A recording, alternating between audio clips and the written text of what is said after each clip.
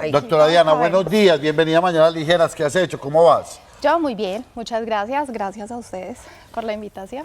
Coronavirus. Ayer comentábamos nosotros tres después del programa que todo el mundo está de una u otra manera como entrando en pánico, incluso un actor muy famoso, Jackie Chan, le inventaron que tenía coronavirus y eso mejor dicho se regó. Un meme. Le hicieron un meme, él por allá hizo una publicación en su cuenta diciendo que daba una recompensa al que encontrara la cura para el coronavirus, pero contémosle en sí a la gente, a los televidentes de nuestras Mañanas Ligeras, ¿qué es, doctora, el coronavirus como tal? Ok, sí, es muy importante estos espacios porque hay que educar muy bien a las personas por lo que tú dices. Hay que bajarle un poquito a la ansiedad y hay que bajarle un poquito al pánico. No quiere decir no prestar atención a la situación que está pasando y no estar alerta a las recomendaciones de las autoridades. Cuando hablamos de coronavirus, no estamos hablando de solo un virus, ni un virus en específico, estamos hablando de una familia viral, ¿sí? Entonces, como una familia tiene varios integrantes, entonces uno de los integrantes que ha llegado a conformar esa familia es el virus SARS-CoV-2 o el que conocemos como COVID-2, que es el que produce la infección de la que estamos hablando ahorita, la epidemia que empezó en diciembre del año pasado en China.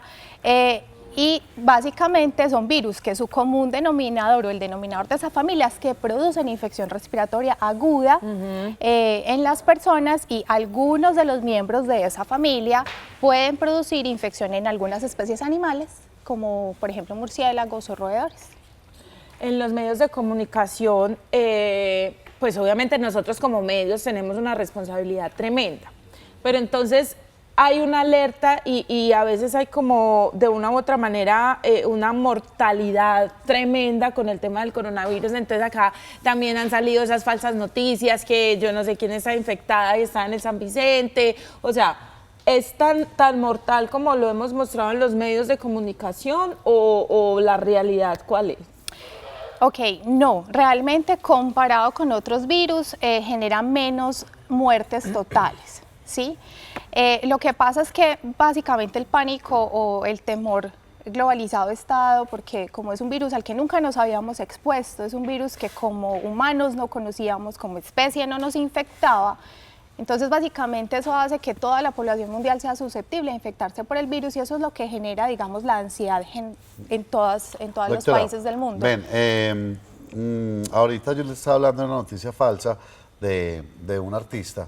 Pero realmente cuando una persona se infecta con el coronavirus y no muere, porque la verdad es que la tasa de muerte es muy bajita, es solamente el 2%. Lo que pasa es que el pánico que también nosotros mismos hemos infundido ha sido grande. Pero obviamente hay que tener las recomendaciones, como lo decías anteriormente. ¿Qué sucede con la enfermedad? Yo me infecto. ¿Qué pasa en el tiempo? Obviamente no me muero porque el 98% de las personas no mueren.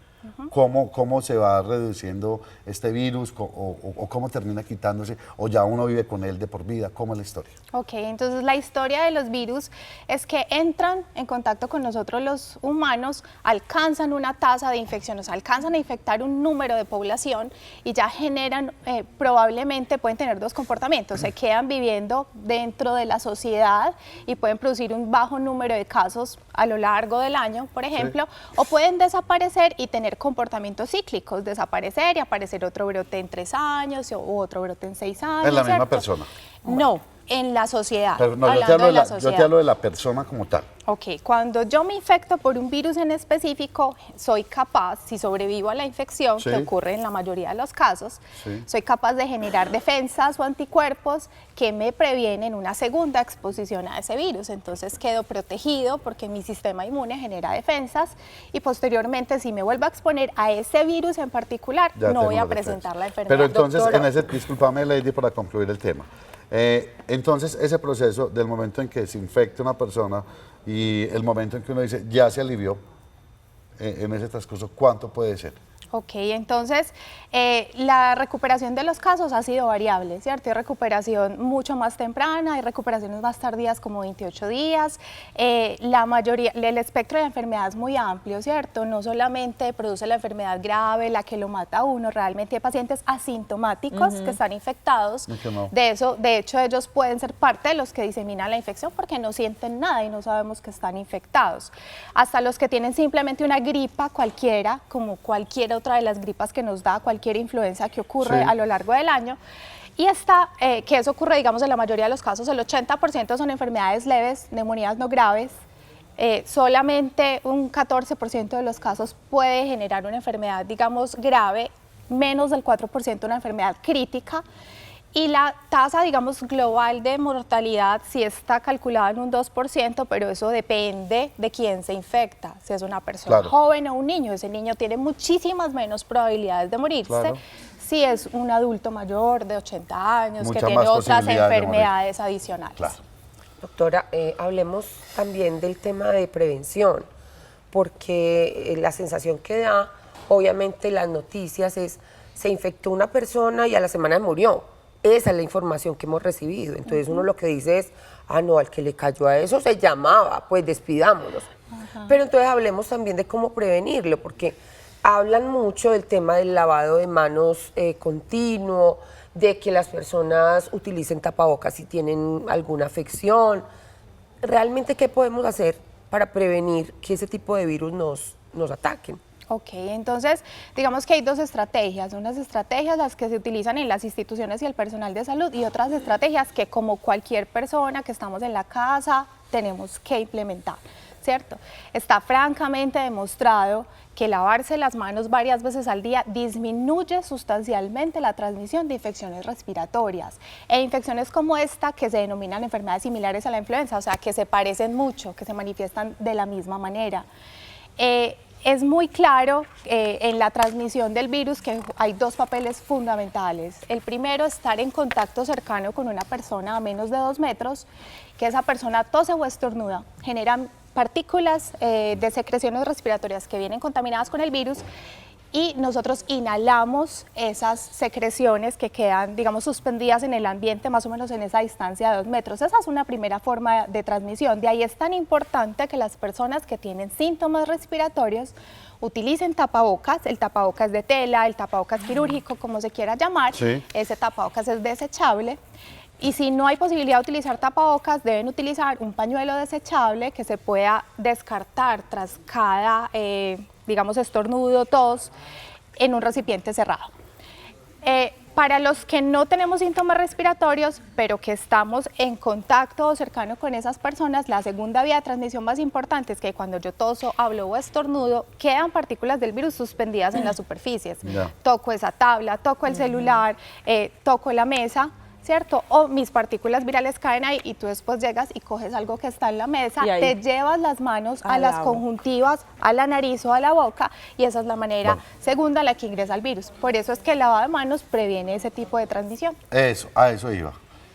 Que nos hables en español, porque la verdad te digo, tengo 49 años y no entiendo por qué, el lavarme las manos me podría evitar.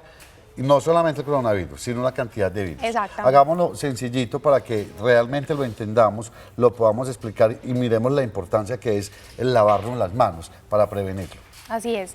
Entonces, cuando hay una infección respiratoria, que como lo dijiste, no solamente es coronavirus o COVID-2019, otros coronavirus que antes conocíamos, o influenza, o como se llame el virus que está ocasionando la infección respiratoria, esas partículas que se tosen, pues que se eliminan al toser o al estornudar o incluso al hablar, se quedan depositadas en las superficies cercanas.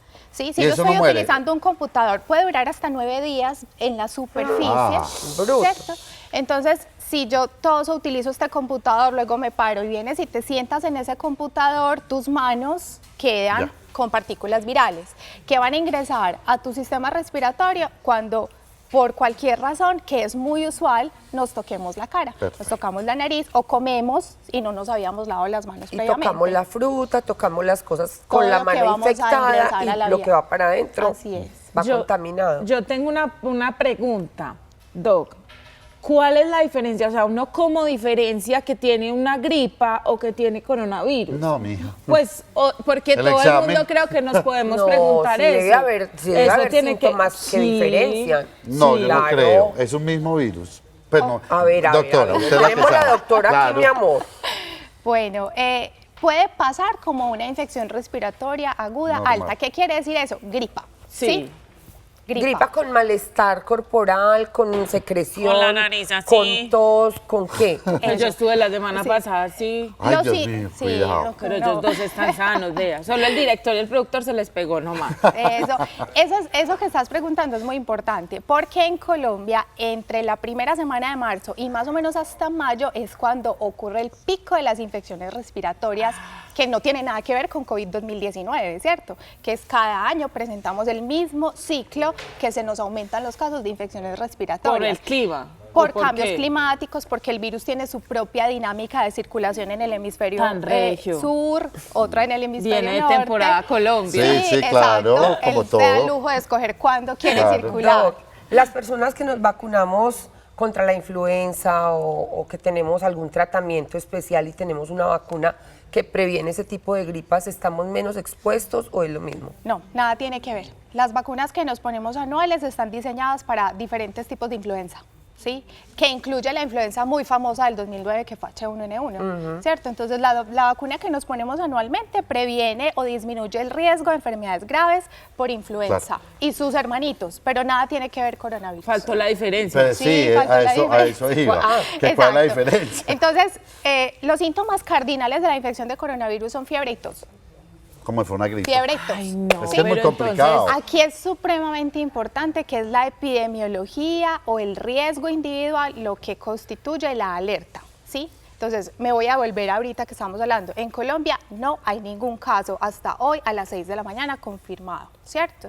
Hubo 13 alertas, es decir, pacientes que venían de áreas de circulación de coronavirus en los que consultaron por tos y fiebre e hicimos todas las pruebas para descartar la Y enfermedad. si uno viene de otro país, por ejemplo, yo Por venía eso. de México y me dio una gripa. Ok, O sea, entonces- hubiese tenido que ir a descartar que fuera coronavirus. No, entonces para Colombia, digamos que esa es información que va cambiando y va cambiando en la medida que la dinámica del virus cambia y vamos entendiendo un poquito cómo se comporta esta epidemia.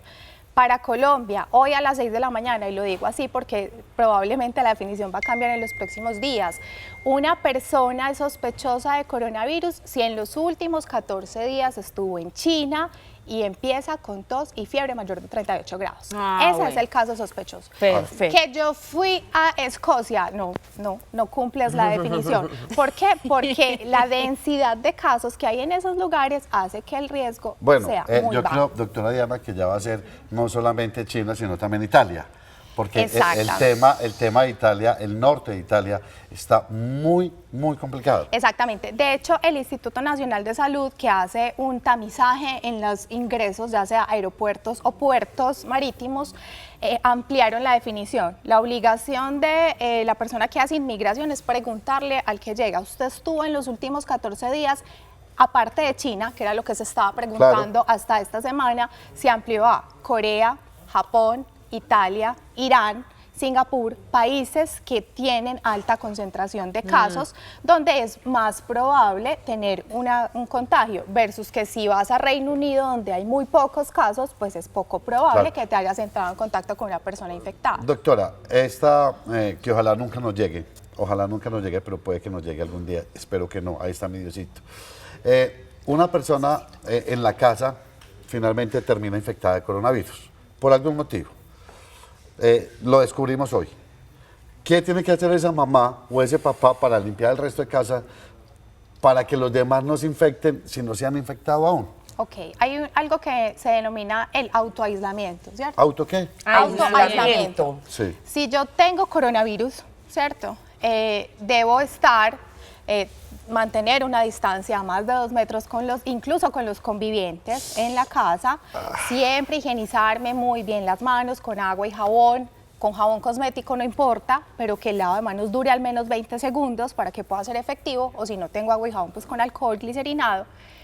y debo utilizar tapabocas para no exponer a las personas que están viviendo conmigo y evitar, digamos, lo que nosotros hacemos como colombianos, saludarnos de beso, La mano. abrazarnos, darnos la mano. ¿Y la casa qué hacemos? ¿Con qué la limpiamos? No, en la casa se limpia con lo que usted normalmente limpia, porque el efecto mecánico de limpiar, no importa cómo se llama el desinfectante, pero es un efecto mecánico. Perfecto. Cuando uno limpia, lo que hace que el virus se elimine en las superficies.